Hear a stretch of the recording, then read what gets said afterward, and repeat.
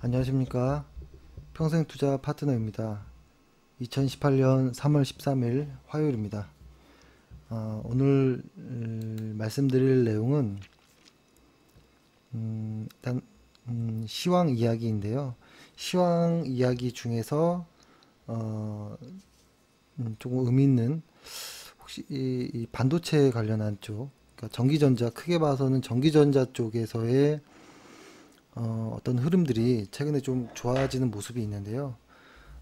그와 관련된 이야기를 좀 해보고, 그렇다면 그것들 중에서 좀 주의할 것과 좀 골라야 되는 것과 고르지 말아야 되는 것들을, 그리고 그들 중에서의 어떤 대장주들을 한번 좀 이야기를 좀 해보겠습니다. 오늘 시황을 일단 우선 보면 여기 보면 자주 말씀드리지만 월간 차트의 MACD 보조지표, 그 다음에 주간 차트에서 스토캐스틱, 그 다음에 일간 차트에서 이제 수급들, 외인, 기간, 개인, 요렇게만 이제 세팅을 했습니다. 한 며칠 좀 연속으로 말씀드리는 MACD에 대한 것을 계속 좀 말씀드리고요. 간혹 가다가 이 스토캐스틱에 대한 것들도 한번 좀 이야기를 해보겠습니다.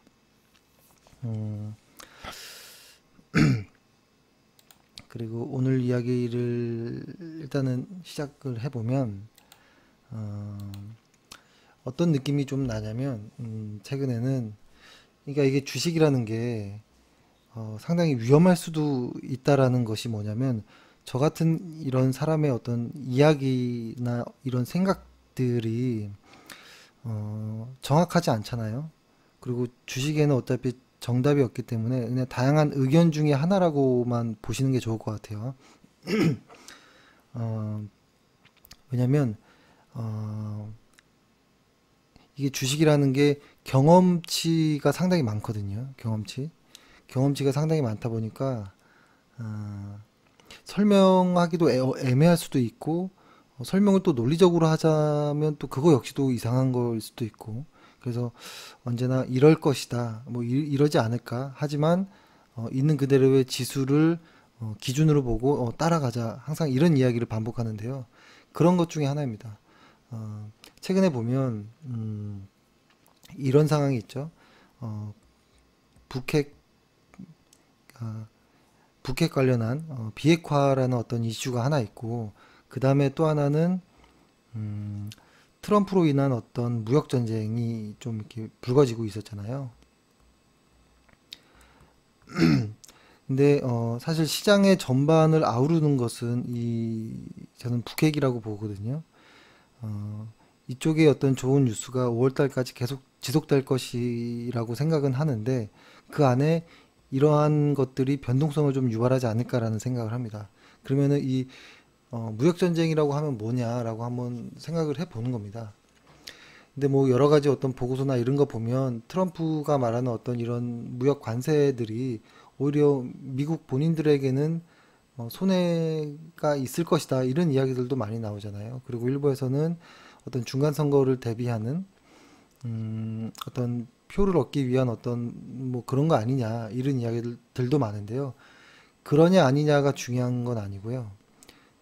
그럴 수도 있고 아닐 수도 있는데요. 현재 있는 그대로의 상황이 미세하지만 자꾸 변하는 것들을 조금씩 이제 캐치해보자, 이런 의미입니다. 그래서 예를 들어서 트럼프의 무역 어떤 전쟁이라고 하면, 전쟁이란 말이 좀 그렇지만 철강과 알루미늄이잖아요.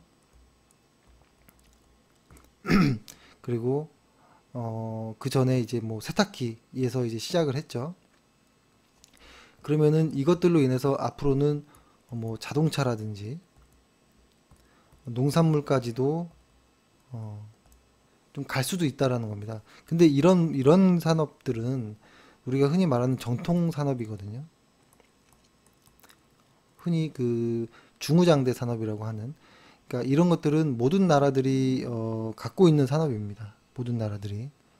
그래서 경쟁이 치열할 수밖에 없고 자국의 이익을 위해서 이게 협의가 잘 안 될 수도 있는 부분이 있거든요. 그런데 이러한 어떤 무역 전쟁 안에서도 최근에 그나마 잘 버틸 수 있는 업종은 무엇일까라고 한번 생각해 보는 겁니다. 그러면은 지금 있는 그대로의 현상을 본다면 지금 시총이나 어떤 미국 시장에서 본다면 가장 잘 버티고 있고 그러한 이슈들 안에서도 벗어날 수 있는 것들이 4차 산업에 관련한 어떤 종목 업종군일 수 있거든요. 어, 그러니까 제가 보기에는 이 트럼프의 어떤 무역 전쟁이 이슈가 아무리 불거지고 하더라도 지금 현재는 미국이 4차 산업을 선도하고 있기도 하지만 그래서인지 몰라도 무역 전쟁을 아무리 이야기를 해도 4차 산업 안에 있는 업종들은 크게 어, 뭐라고 할까요? 그 리스크가 없지 않나 이런 생각을 합니다. 특히 이제 반도체를 한번 생각해 보면 만약에 미국이 만일 한반도의 반도체 쪽에다가 관세를 매길 수 있을까라고 생각해 보면 그건 불가능할 거라고 봅니다. 만약에 뭐 트럼프가 하려고 한다면 할 수는 있겠지만 지금이 이제 미국이 4차 산업을 주도하고 있는 가운데 그것의 어떤 그 4차 산업의 핵심 혹은 뭐 기초 소재 어떤 그런 아주 기반이 될 수 있는 반도체에 한국의 반도체에 관세를 매긴다면 미국의 4차 산업이 없이도 타격이 상당히 크거든요. 그러니까 최근에 보면 다우라든지 나스닥의 온도 차이가 이러한 이유가 좀 있는 것이 아닌가라는 생각을 좀 했습니다. 이것의 생각은 최근에 든 것입니다. 이게 저희의 생각은 반도체가 2017년에 고점을 찍을 것이고 이런 생각을 했죠. 반도체, IT, 전기전자 쪽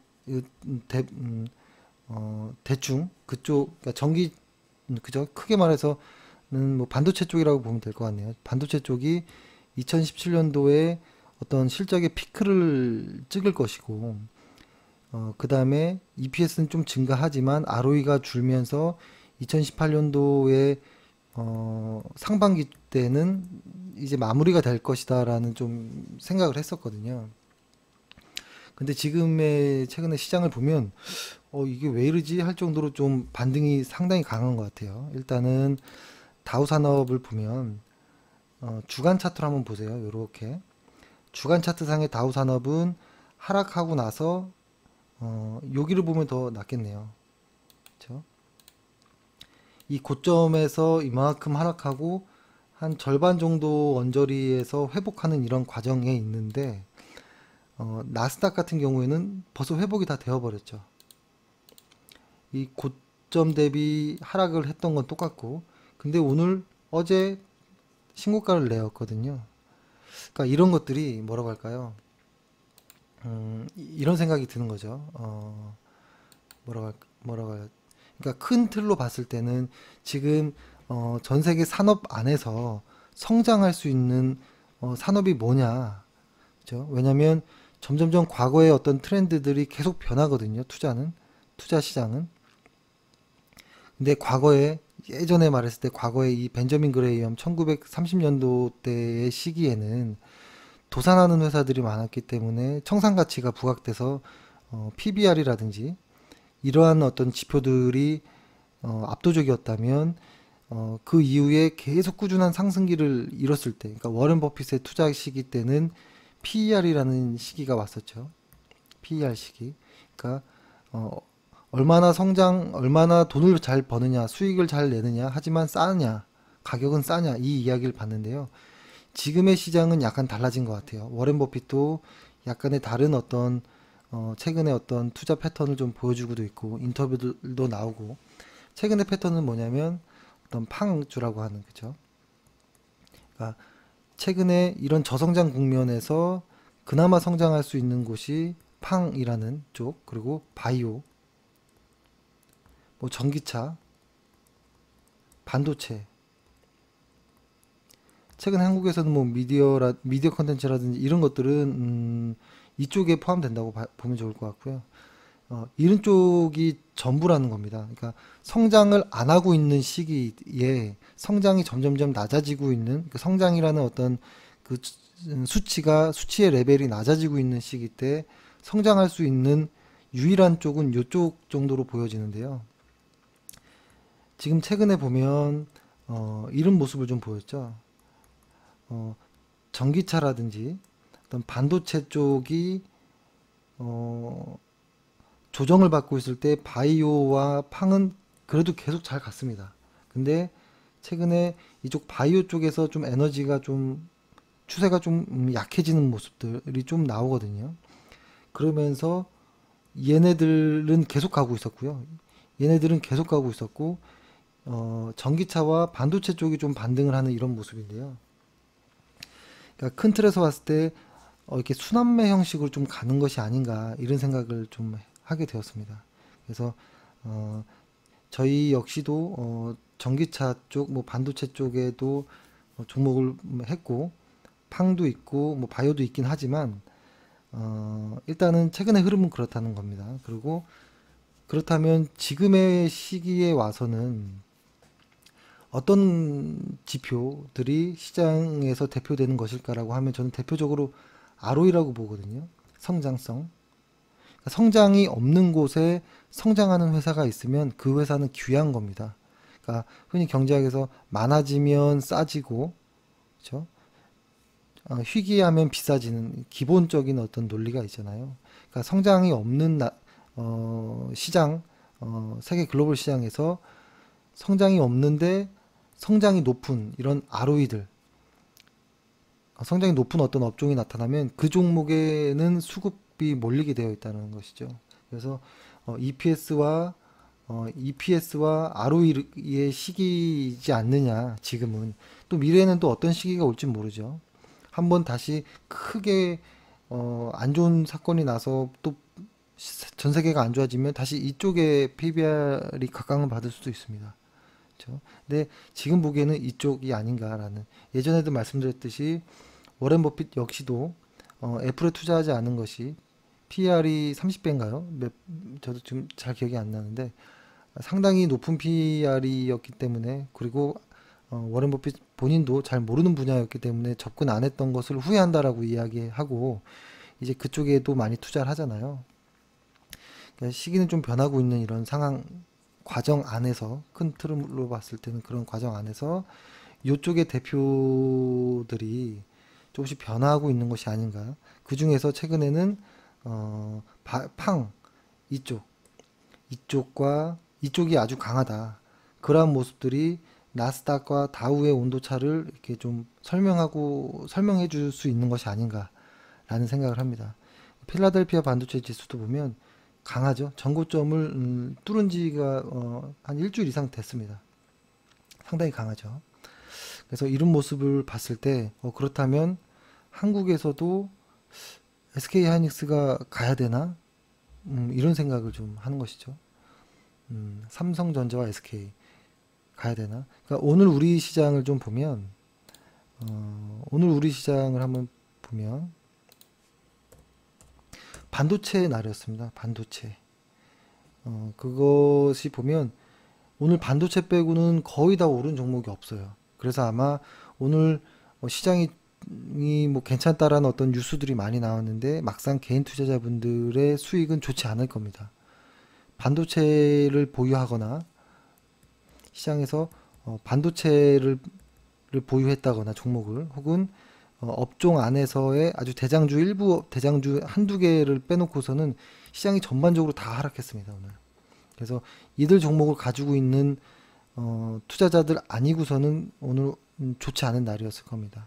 근데 다만 개인 투자자들은 더 안 좋았을 거라고 보는데요. 왜 그러냐면 이 일부 업종의 대장주라고 하는 것들의 수급이 보면 개인 투자자들이 계속 팔았거든요, 한동안.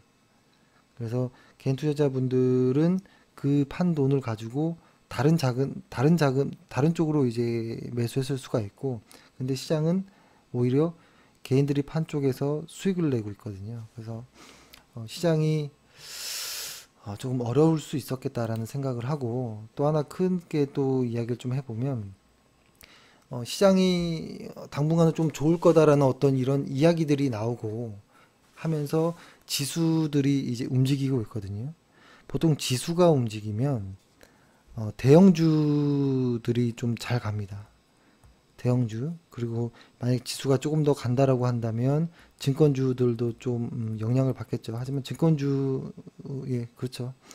그래서 일반적으로 개인 투자자들이 많이 보유하고 있는 종목들이 대형주가 아닌 종목이 소형주들이 많거든요. 그래서 아마 지금에 와서 상당히 소외받을 수 있겠다라는 생각을 하고, 그 다음에 중형주라든지 소형주 안에서 그렇다고 얘네들이 다 안 가는 건 아니겠죠. 이들 중에서도 아주 실적이 눈부신 것들은 갑니다. 그래서 대형주라든지 중소형주 중에서 실적 대장인 애들은 괜찮지만 이것을 뺀 나머지는 아주 시장이 대부분 좋지 않다라는 거.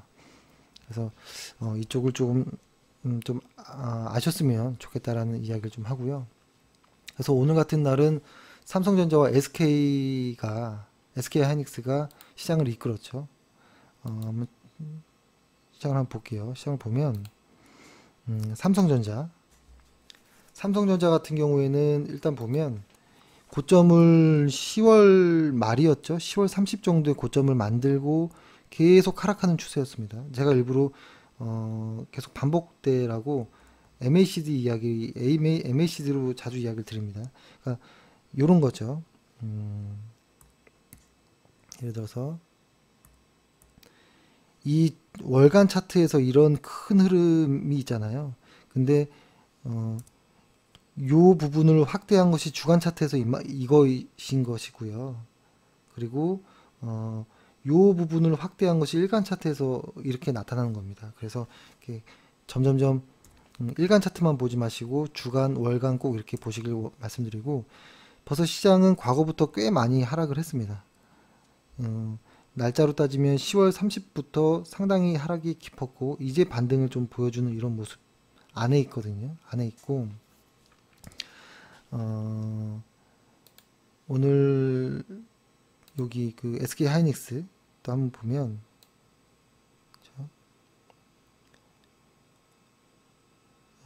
잠시만요. SK 하이닉스 같은 경우는 보면 6%가 올랐거든요. 근데 최근 들어서 SK 하이닉스의 MACD 월간 차트 MACD가 붉게 돌아섰습니다.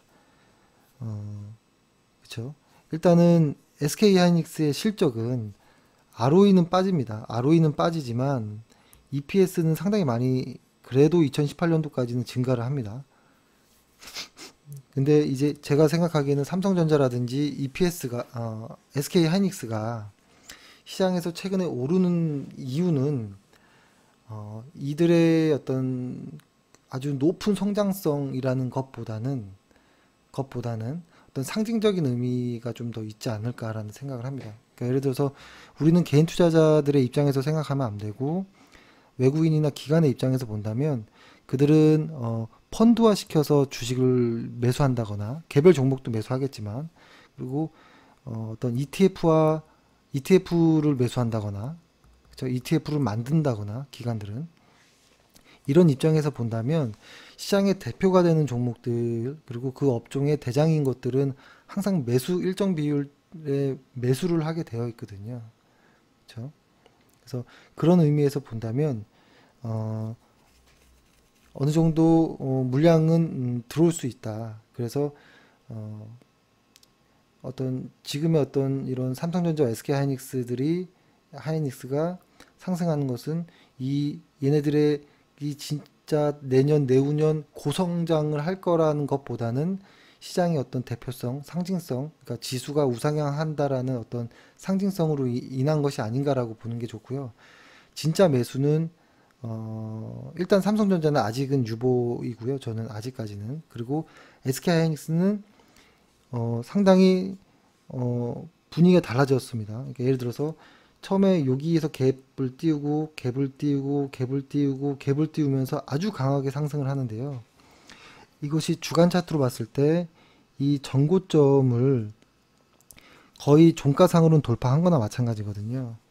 그래서 지금 따라 들어가기보다는 돌파하고 나서 지지받고 나서 이게 진짜로 간다면 이렇게 가겠죠. 만약에 이게 일회성이라면 잠깐 반등 이후에 다시 또 박스권으로 내려올 가능성이 있거든요. 그래서 이 종목은 지수의 어떤 방향성, 그러니까 업종의 방향성으로만 봐야지 매수 대상으로 보기에는 쉽지 않을 수 있다라는 겁니다. 하지만 지금 최근에 이게 보면은 외국인들의 매수세가 어마어마합니다. 사실 어마어마하고 상당히 강하거든요. 그래서 일단은 매수하신 분들은 보유하는 거겠죠, 당연히. 하지만 신규 매수는 아니라고 보고 신규 매수자들은 조금 더 이따가 봐도 된다. 그러니까 SK하이닉스는 어떤 반도체 업종의 어떤 업종 어떤 지수처럼 생각하시면 좋을 것 같아요. 그래서 이쪽에서의 어떤 다른 종목들로 성장성이 확인되는 종목들로 오히려 매수를 하는 것이 나을 것 같다라는 생각을 합니다. 그래서 한국 시장 역시도 비슷한 개념입니다. 지금 보면 한국 시장 역시도 바이오 쪽, 그러니까 미국에서는 팡이라고 하겠지만 한국에서는 뭐 미디어 컨텐츠가 있겠죠. 그리고 어떤 반도체, 그 다음에 전기차, 이쪽 외에는 사실 딱히 관심이 많이 가는 곳은 없습니다. 일부 뭐 개별 종목도 있겠지만, 근데 지금 바이오 쪽에서 의 어떤 약세가 좀 보이고, 그렇죠? 근데 보톡스 관련한 것들은 조금 강합니다. 아직은. 그러니까 보톡스에 어제 말씀드렸듯이 메디톡스라든지 이런 것들이 대장주가 될 수 있잖아요. 대웅제약이라든지. 근데 이쪽에 만약에 힘이 좀 빠졌을 때 지금 보면 이쪽으로 지금 좀 매기가 좀 도는 느낌이 나는데요. 일단은 시장에서 매일매일 단타를 할 것이 아니라면 저는 종목을 이렇게 분산하는 게 맞다라고 봅니다. 바이오에서도 한 종목, 미디어 컨텐츠, 반도체 쪽에서, 전기차 쪽에서 대장주가 되는 것들을 하나씩 고르는 게 어떤가라는 생각을 합니다.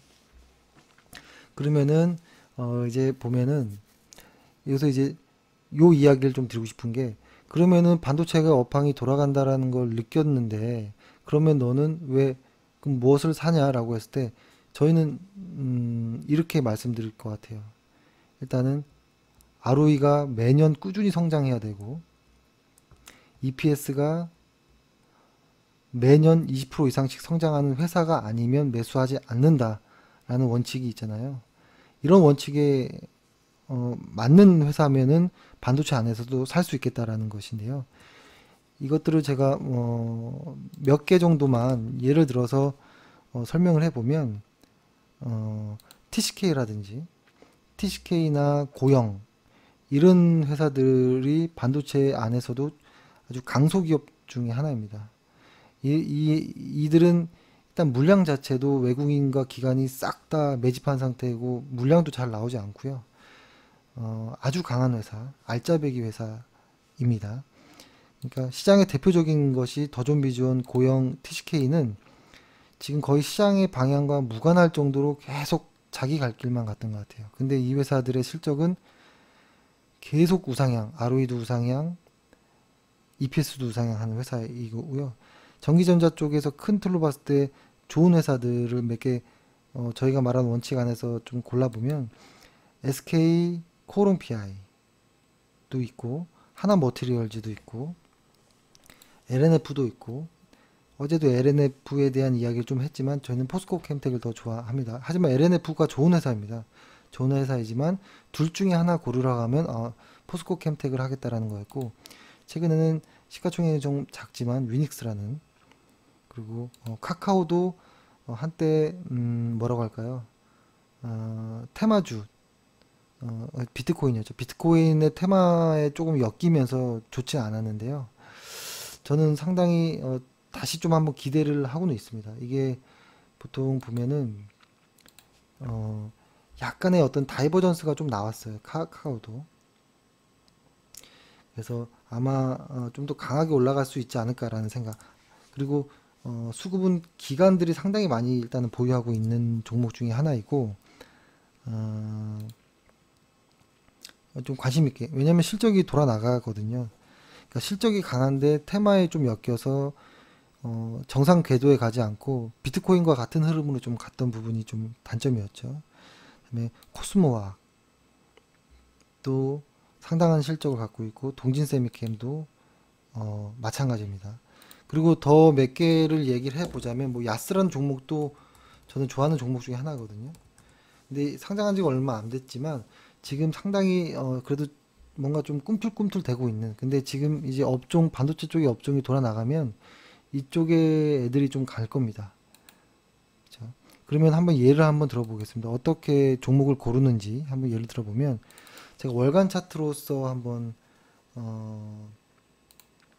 SK 하이닉스를 한번 두고 볼게요. SK 하이닉스를 월간 차트로 한번 볼게요. 그리고 MACD와 한번 같이 보면 여기 때부터 매수가 가능할 수 있었겠죠. 예를 들어서 요 정도, 여기 딱 이 기준선을 딱 처음으로 돌파하는 요 정도 때부터는 한번 관심 있게 보자라고 했었고, 이때 한번 매도할 수 있겠고 다시 매수를 할 수 있겠고 다시 이 근처에서 한번 쓸 수 있고 다시 한번 또 출발할 수도, 매수할 수도 있는 이런 정도의 모습. 이 시장이 잘 안 보일 수도 있겠네요. 그래서 근데 요것을 단순하게 MACD로만 볼 것이 아니고 일단은 기업의 실적을 먼저 봐야죠. 이 기업의 실적을 있는 그대로 봤을 때 예전에 자주 말씀드렸지만 최근에 많이 안 드렸는데 ROE라는 것을 좀 봐야겠죠. ROE를 보면 요 당시, 잠시만요, 날짜까지 나오게 해서 볼게요. 보면 현재가 2018년도이죠. 자, 2018년도 ROE가 33으로 나와 있습니다. 그러면 작년에 ROE는 어땠냐면은 36이었습니다. 그러면 그 전에는 어땠냐? 13. 그러면은 이렇게 되는 거죠. 다시 그려보면 2016년도에 ROE가 13, 2017년도에 ROE가 36, 2018년도에 ROE가 33 정도. 그러면은 이거는 모른다 쳐더라도 이때서부터 2016년도부터 17년도까지는 무조건 실적이 우상향 해야 되는 게 아닌가. 왜냐면 이렇게 크게 ROE가 3배 가까이 상승을 하는데 주가가 가만히 있어야 될까라는 생각입니다. 근데 이것을 한번 좀 차트랑 봐보면 2016년도가 요때잖아요. 그리고 2017년도가 요때. 그렇죠? 그러니까 2017년도에 ROE의 바닥을 잡은 이후에 2017년도에 ROE가 우상향할 거라는 것과 어떤 실적들 때문에 주가가 이렇게 우상향한 것이죠. 근데 여기서 다 수익을 취하지 못하더라도 이 정도는 해보자라는 것이죠. 예를 들어서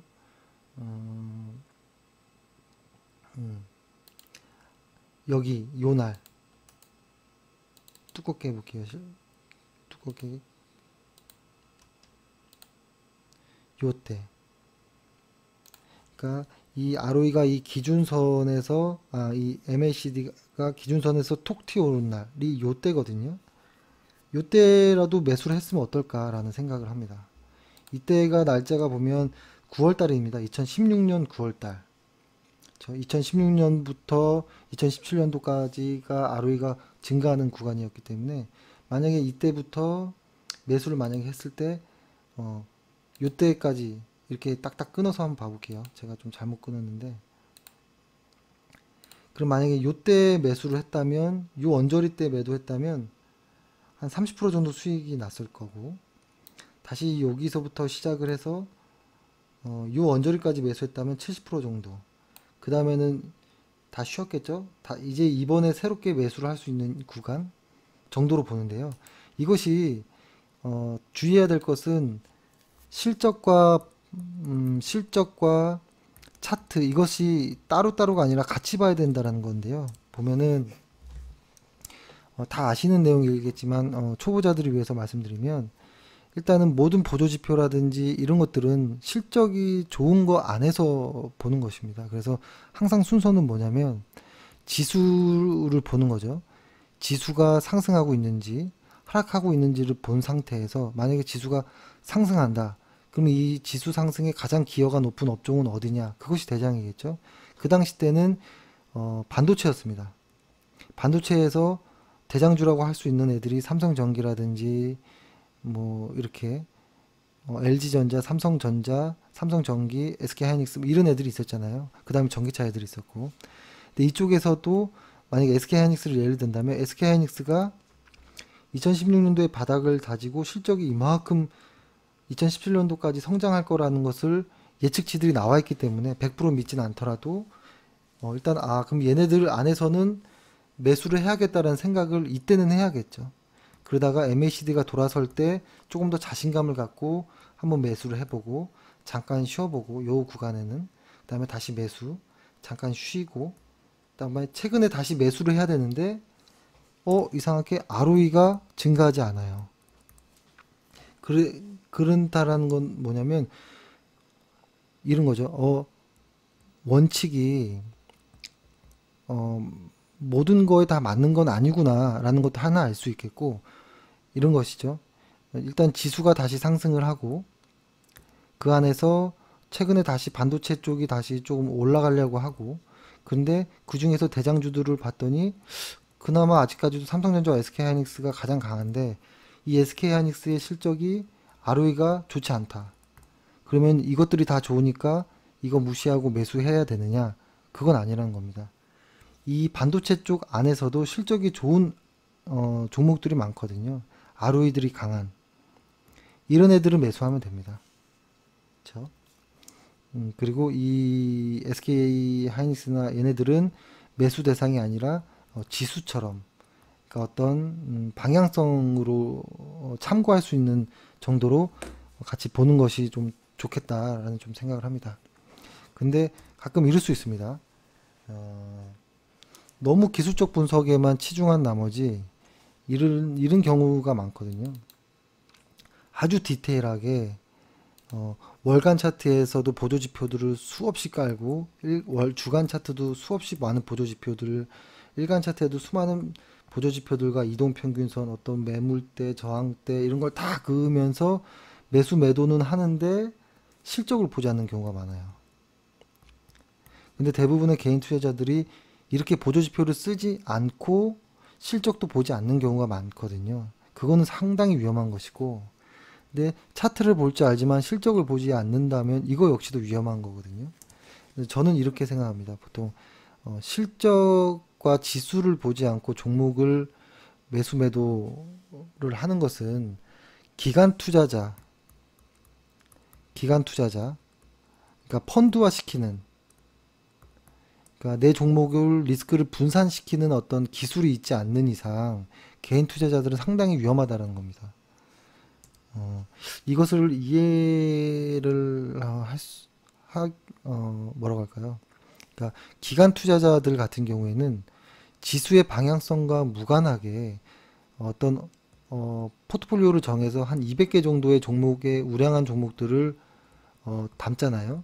그리고 얘네들을 시장이 좋든 안 좋든 계속 일정 비율로 계속 매수를 하는 거죠.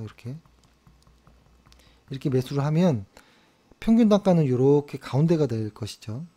근데 시장은 길게 보면 우상향하거든요. 왜냐면 물가가 오르기 때문에. 그러면은 이 시장의 파도는 이렇게 가지 않고요. 이렇게 갑니다. 그래서 평균 단가가 이렇게 갔던 애들이 길게 투자한다면 이렇게 갔죠. 이렇게. 그래서 평균 단가는 이렇게. 이 말은 무슨 말이냐면 기관 투자자들처럼 종목들을 수없이 많이 분산해서 정확한 비율로 우량한 종목들을 매수한다면 시장과 무관하게 수익은 날 수 있다라는 겁니다. 다만 조건은 장기 투자를 했을 때. 그래서 매달 꾸준하게 적립식으로 그것도 투자를 했을 때 이렇게 계속 매수를 하는 거죠. 그러면은 결국엔 평균 단가는 이 가운데가 될 것이고 주식의 양은 많아지거든요. 높을 때도 있고 낮을 때도 있다 보면 주식의 양은 많아집니다. 그러니까 이게 상당히 어려운 거죠. 장기 투자를 해야 되고 계속 현금 흐름이 돌아서 매월 적립식으로 투자를 해야 되는 그리고 리스크를 해지해야 되고 그죠? 리스크를 해지해야 되고 수많은 어떤 우량한 종목들을 풀을 만들어야 되고 그것이 좋고 안 좋은 거를 봐서 계속 포트폴리오도 관리해 줘야 되고, 이러한 기관 투자자의 입장에서 본다면 지수와 무관하게 수익이 날 수 있습니다. 하지만 개인 투자자들은 이렇게 매수를 하지 않거든요. 이렇게 매수를 하기가 불가능하거든요. 자금도 없고 매월 현금 흐름이 나오지도 않고 우량한 종목을 찾기도 힘들고, 그래서 개인 투자자들은 반드시 많은 종목을 하기는 힘들고, 지수가 우상향 할 때 그 지수의 우상향에 크게 기여하는 쪽에 업종 대장주들을 매수를 하는 건데요. 적어도 5개 정도면 괜찮다라고 봅니다. 개인 투자자라면, 직장에 있는 사람이라면, 전업이 아니라면. 이렇게 했을 때 이 안에서도 아주 강한 ROE가 강한, EPS가 강한 종목들을 아주 기술적으로 매수를 하더라도 어렵거든요. 그리고 월간 차트나 보조지표들 여러 가지를 보더라도 어렵습니다. 근데 이렇게 어려운 종목을 실적을 보지 않고 비중을 정하지 않고 그냥 투자를 하는 것은 감히 제가 보기에는 도박이거든요. 이러면 이러면 수익이 나지 않습니다. 그래서 제가 개인 투자자분들과 회의가 아니고 상담을 할 때 보통 이런 말을 하십니다. 매수는 되는데 매도를 못 한다라는 건데요. 그 말은 이분은 매수는 참 잘하시는데 매도를 못 한다라는 것이 아니고 그냥 주식을 못 한다라는 겁니다. 위험하다라는 것이고, 그렇죠? 매수를 잘하는데 매도를 못 하는 것은 너무 위험한 겁니다. 차라리 안 사는 게 낫죠. 매도 못 할 바에는. 그래서 이렇게 실적이라든지 그러니까 펀드와 기관 투자자와 개인 투자자들이 다르다라는 걸 인식하고 주식을 해야 되는 것이고, 그것이 아닌 것은 도박이라고 보는 게 오히려 낫다라는 것이고, 도박으로도 돈을 벌 수 있습니다. 도박으로도 돈을 벌 수 있지만 저는 단언컨대 도박사의 운은 언젠가는 다 하는 날이 옵니다. 그렇죠?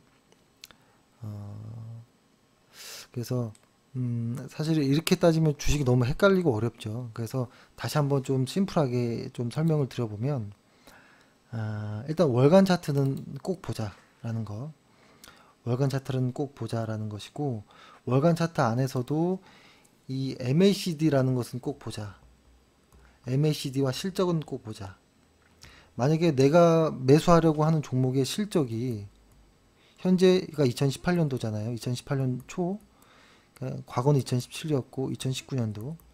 그럼 현재 초라면 적어도 2017년도보다 2018년도에 ROE가 증가해야 되고 EPS가 증가해야 되고, 그렇죠? 그런 상황 안에서 MACD 월간 차트까지도 좋은 모습을 보이면 한번 매수해 볼 만 하겠죠. 다만 비중과 어떤 손절, 이익 실현 이런 것들의 계획을 세운 이후에, 그렇죠? 그래서 이 MACD 월간 차트를 꼭 보자라는 것이고, 특히 이 기준선 위에 있을 때만 관심을 갖자라는 겁니다. 그리고 이 기준선 위에 있을 때 이 파란 부분에서는 절대 신규 매수하지 말자.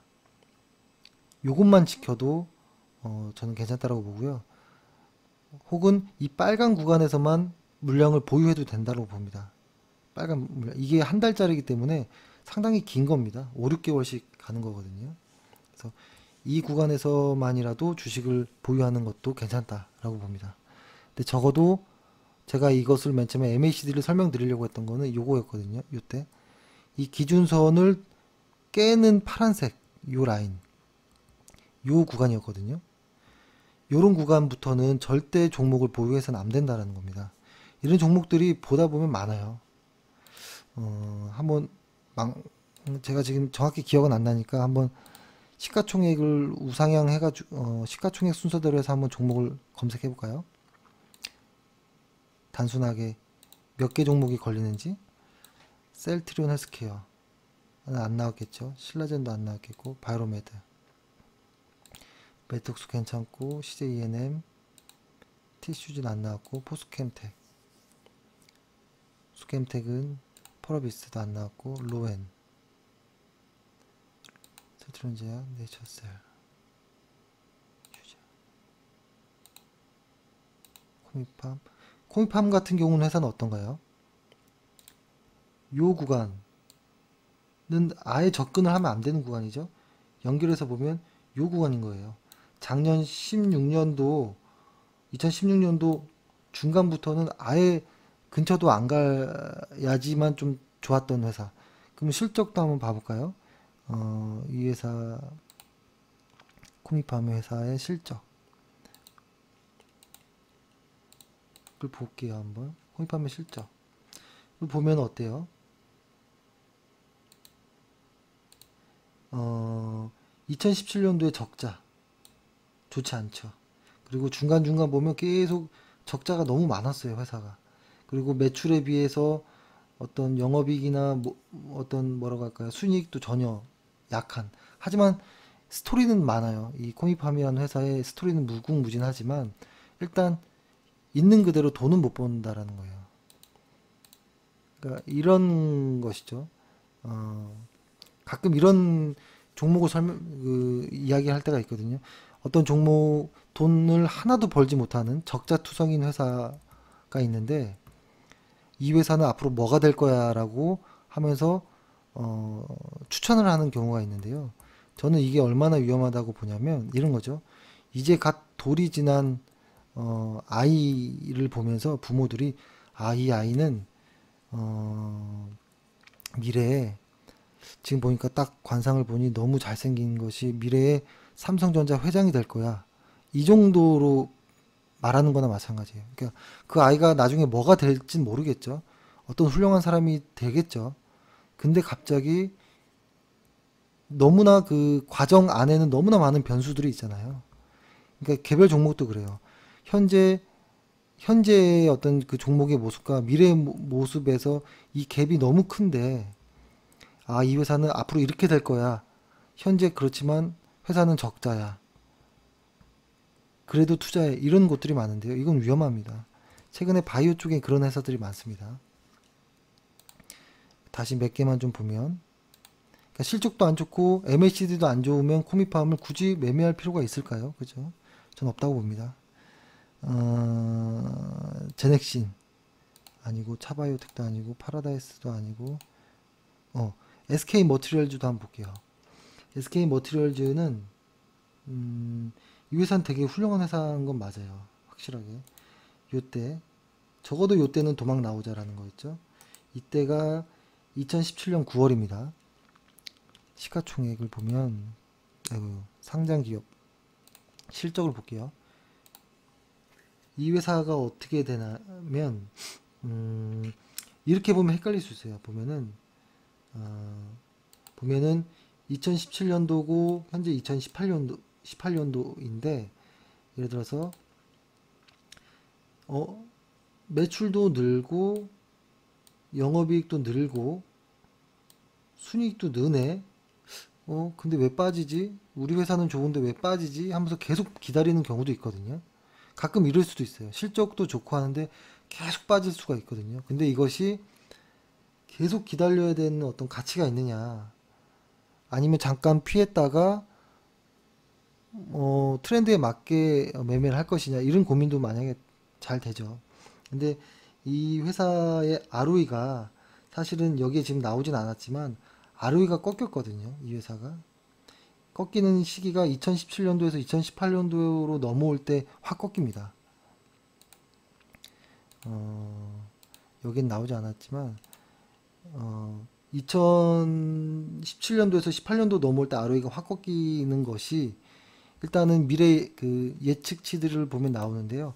그것에 조금 믿음이 가지 않더라도 그러한 어떤 불안함이 있는데 MACD까지 이렇게 탁 기준선을 딱 깨고 내려오면 이때는 보유하지 말아야 될 종목입니다.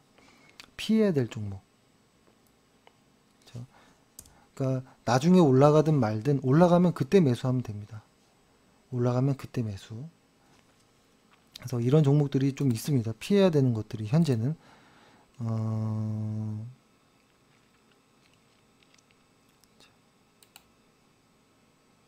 지금 코스타 최근에 주성 엔지니어링도 한번 볼게요. 주성 엔지니어링도 보면 한참을 이 기준선 위에서 있었습니다. 한참을. 한참을 이 기준선 위에 있다가 처음으로 깨지는 거예요, 이게. 근데 이것이 나중에 돌아 나갈지 안 나갈지 모르겠지만 일단 의미를 좀 두어보자라는 거죠. 그래서 한번 체크를 해볼게요. 1월 달부터 변화했거든요, 이 회사가. 그러니까 적어도 1월 달에는 매도하고 나와야 되지 않았을까라는 건데요. 그런데 이 회사가 왜 이렇게 됐지 하면서 실적을 보는 거죠. 실적을 보면 이 회사도 EPS나 이런 것들이 다 여기도 좀 나오진 않았는데요. 제가 언제 한번 다음에 한번 찾아서 보여드릴게요. 그 EPS나 매출액이나 이런 것들은 계속 좀 꾸준히 성장을 하긴 합니다. 보면은 영업이익도 증가하고 순이익도 증가하는데 이렇게 보면 좋은 회사로 보이는데요. 이런 것이죠. ROE가 꺾였다. 그러니까 실적의 피크를 찍었다라고 보는 거예요. 그러니까 이 회사는 ROE가 쭉 올라가다가 둔화되고 있는 과정이고 미래에는 ROE가 빠지게 돼 있거든요. 예측치들이. 그래서 이러한 모습들이 좀 나오는 건데요. 그러니까 보통 실적보다 주가가 더 먼저 움직입니다. 그래서 언제나 아무리 늦더라도 MACD 월간 차트에서 이렇게 끊어지는 요런 구간은 좀 피하자라는 겁니다. 그래서 오히려 ROE가 MACD를 이제 극복하는 종목들을 찾는 것이 좋잖아요. 그죠? 예를 들어서 ROE가 딱 바뀌는 MACD가 딱 꺾이는 요때부터 꺾이기 시작하죠. 이렇게 요 주식이 확 꺾이죠. 요때도 꺾이면서 주식은 확 빠지죠. 그리고 이때도 딱 꺾였죠. 그러면은 이게 뭐 얼마나 빠질지는 모르겠지만 반등할 수도 있겠죠. 하지만 굳이 내가 이렇게 위험하거나 힘없는 종목을 매수할 이유는 없다라는 것이고 오히려 강한 기업을 한번 보는 겁니다. 예를 들어서 오히려 반대로 기준선을 올라가는 종목은 한번 찾아보는 거예요. 유니셈 이런 회사들은 이제 여기서 시작하는 종목들이 있죠. 그렇죠? 이런 종목들을 좀 공략하는 게 오히려 낫지 않을까. 종목은 많잖아요. 코스피 코스닥 중에서. 그래서 다른 것들을 너무 많이 설명드리기보다는 일단 MACD만이라도 꼭 확인해서 보자라는 겁니다. 그래서 직장인을 다니시는 분이면 오히려 반드시 봐야 될 지표 중에 하나이고 어렵지 않은 지표이고 눈에 아주 잘 띄는 모습을 하고 있어서 표현하기도 아주 쉽습니다. 그래서 이 정도로 일단 이야기를 해보고요. 시장을 한번 정리를 해보겠습니다. 정리를 해보면 미국 시장이나 한국 시장이나 비슷한 모습입니다. 5월까지의 어떤 비핵화와 관련된 어떤 좋은 호재가 발생한 가운데 무역전쟁이라는 어떤 우려가 좀 있었죠. 이것도 진행형이고 얘도 진행형인데요. 저는 이것을 좀 더 크게 보고 있기 때문에 전반적으로 시장은 좋지 않을까, 분위기는 좋지 않을까라는 것인데 그 안에서 무역전쟁이 시장의 변동성을 좀 주긴 하나 이 변동성은 좀 조금 좀 제대로 한번 생각해 본다면 이 변동성을 피할 수 있는 업종은 어디냐라고 했을 때는 4차 산업이다라고 볼 수 있는데 그쪽의 업종은 미국에서 관세라든지 무역전쟁을 일으키기 어렵습니다. 본인들이 너무 피해가 크기 때문에. 근데 이쪽에 해당하는 쪽이 팡이라든지 미디어 컨텐츠 쪽이 포함이 될 것이고 반도체, 전기차, 바이오 쪽이 지금 성장이 점점 힘들어지는 이런 구간에서의 유일하게 성장이 강한 쪽이다라는 것이고 그것과 맞물려 한국 시장도 반도체 쪽에서의 어떤 매기가 좀 들어오는데 주의해야 될 것은 SK하이닉스와 삼성전자처럼 시장의 지수 같은 어떤 업종의 기준 같은 종목을 매수하는 것도 좋지만 그런 기준으로 매수하기보다는 얘네들은 어떤 상징성에 의한 매수 세력이 있을 가능성이 높기 때문에 오히려 반도체 시장 안에서 실적만 보고 매수를 하자. ROE와 EPS가 아주 강한, 전체 다 찾아보면 10개가 되지 않을 겁니다. 아마 10개 미만으로 알고 있습니다. 근데 여기에 조금 더 엄격하게 기준을 대했을 때가 10개, 예를 들어서 영업이익도 20% 이상인 것들을 포함한다면 10개가 안 돼요. 현재 그 종목 안에서만 좋은 구간에서 매수 매도를 하면 되는 것이죠. 그래서 이렇게 보는 게 좋을 것 같고, 실적을 반드시 보고, 실적을 보아서 실적이 좋았을 때 MACD, 월간 MACD까지 활용해서 매수 매도를 해보면 좀 도움이 되겠다라는 것이고, 이것을 보지 않고 나는 주식을 한다, 내 종목의 실적과 MACD 월간 차트도 어떻게 되는지 모르겠다라고 하면 그것은 도박을 하고 있다라는 것이고, 이 도박사의 운은 언젠가는 끝이 닿을 수 있다라는 것입니다. 그래서 좀 끝이 너무 무겁게 마무리해서 죄송스러운데요. 일단 중요한 이야기라고 저는 생각합니다. 실적과 어떤 이런 것들, 그리고 아까 말씀드렸듯이 기관 투자자와 개인 투자자들은 엄연히 다르다, 투자 방식이. 그거 상당히 중요한 이야기입니다. 그래서 이 정도 이야기를 좀 할 것 같고요. 일단은 지수를 한번 보면, 일간 차트 한번 코스피만 볼게요. 코스피를 보면 지금 조금 중요한 구간인 것 같습니다. 중요한 구간인데요. 이 자리를 잘 극복하고 우상향해서 좀 갔으면 하는 좀 바람이 있겠고요. 다만 조정이 나온다 할지라도 방향성은 당분간은 우상향으로 좀 보이니까요. 실적이 우량한 종목이라면 쉽게 매도하지 않는 것이 좋을 것 같고, 이렇게 지수가 우상향할 때는 대형주 혹은 중소형주 중에서 실적이 좋은 아이들이 수익이 내기 수월할 것입니다. 실적 없는 소형주들은 조심해야 될 가능성이 높습니다. 이 정도로 마무리하겠습니다. 오늘 하루 고생 많으셨습니다. 내일 뵙겠습니다.